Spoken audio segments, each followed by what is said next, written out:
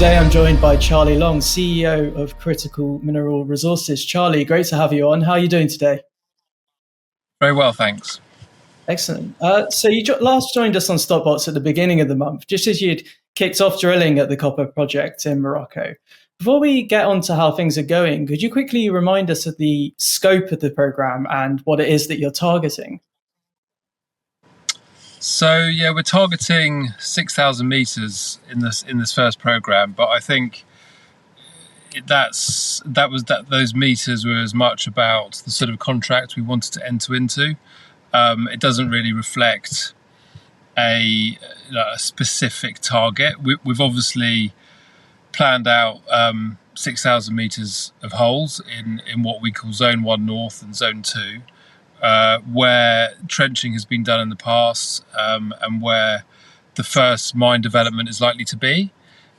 So basically, we're building out a resource in the sort of initial mining area, but the 6,000 meters is gonna become, another 6,000, another 6,000 as we continue to drill out the project. And I guess the reminder there is that there are two strategies. One is to get a mine up and running, and the other is to build out a bigger strategic resource to see, how big this deposit is. Okay, great. So in this instance, is the drilling roughly split equally between the initial area and that longer term goal? No, not really. It's mainly the initial area.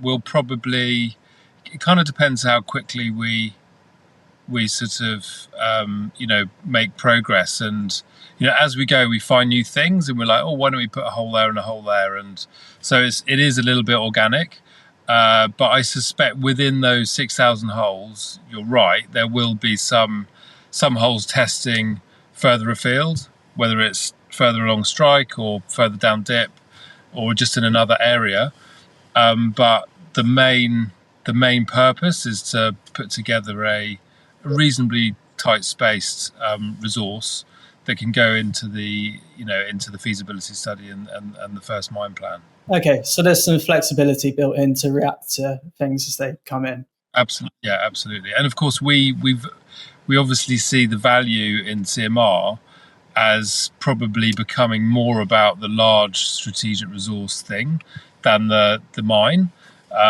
because the initial mine is probably going to be about 1,000 tons a day. You don't really need more than, that's 350,000 tons a year, a few million tons, and you've got a 10-year mine life. That is not going to, generate the interest from acquirers and from the market, as much as building out something big that will, make us a target. Definitely, you need to demonstrate that longer term upside.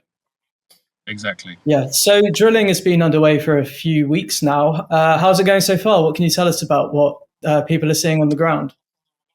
I can say that we're not quite doing a hole a day because there's a day off where we have like a day off per week, and there's lots of advantages of drilling shallow, because you basically intersect the horizon depending on the dip, either at surface, a few meters below, 30 meters below surface. So you get, you basically in a day you do your hole, but then it takes time to move the rig, and that's kind of, I guess the downside is quite a lot of rig moving around. And I suppose occasionally we get breakdowns and stuff, but it's very productive. And I think if you compare it with another drilling project where you're targeting a few meters of mineralization or whatever it is at 200 meters depth, you have to drill a lot of meters just to get your sample, whereas we're getting a sample every day. So the advantages of being shallow is not just in the lower capex and lower operating costs, it's also in the lower exploration costs overall. Definitely. And with that sort of shallow depth, does that mean that you can start expecting to get assays in the relatively near-term future? Yeah, so I'm not sure we've said anything in the sort of announcements about that, but I think it's fair to say October. Drilling in September, obviously carrying on drilling, for the foreseeable, but will be definitely there'll be some results coming out in October.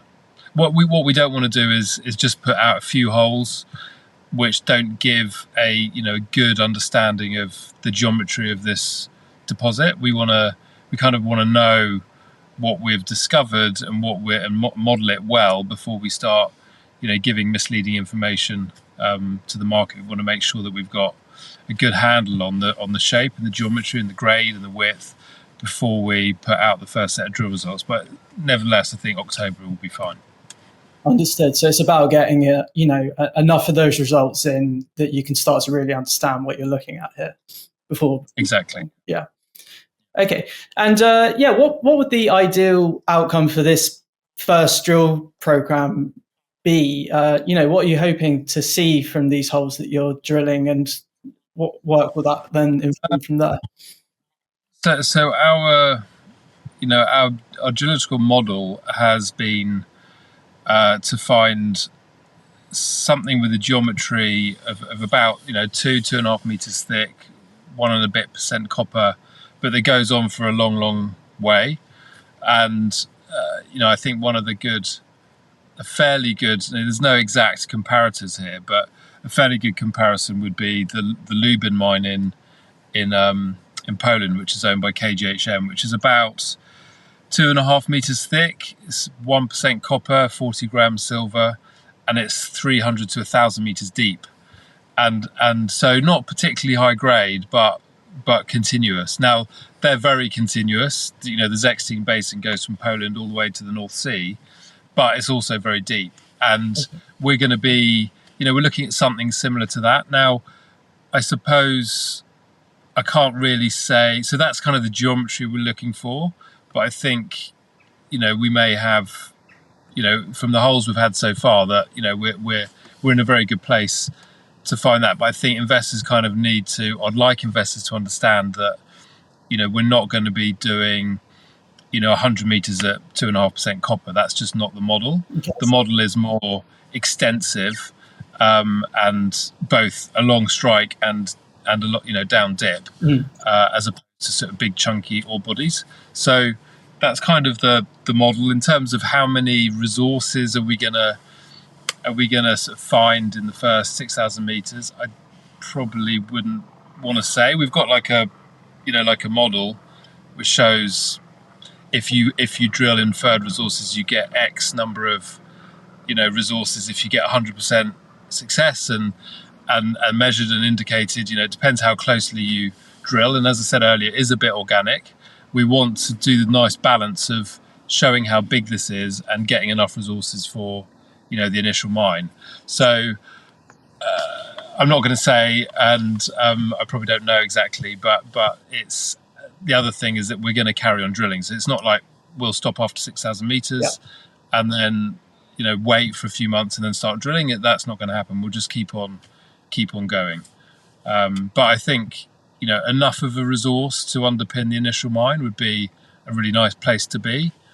But it just depends on how much inferred we do, because obviously for a mine you need measured and indicated, and the the inferred is probably not really enough to push the button on a mine build. Brilliant. Yeah. No, and I think that focus on continuity and drilling, this isn't just the first program, is something that's really important for investors to note moving forward. Yeah. So will you have a chance to head out to the site before this round of drilling completes? Yes. Actually, we've got a competent person going next week or later this week, and one of our investors is going out there as well, and I'll probably be going early October. But yeah, no, I'll certainly be going out shortly, and Nurdine's putting pressure on me to come out and see what's coming out of the ground. So I'll be going out there soon. Great. Well, it'd be good perhaps to speak when you're out there and get some footage from the ground. Definitely, that's absolutely fine. That would be good. Great. Well, I look forward to hearing more as drilling progresses further. For now, though, Charlie, thank you again for your time today. Pleasure. Thank you very much. Good. If you enjoyed this interview, then give us a thumbs up, a like or a retweet. Subscribe to us on YouTube or follow us on Twitter and hit that notification bell to be the first to know when we release new content. There's loads of great content on our website too, across all our programs at stockboxmedia.com. Thank you for watching.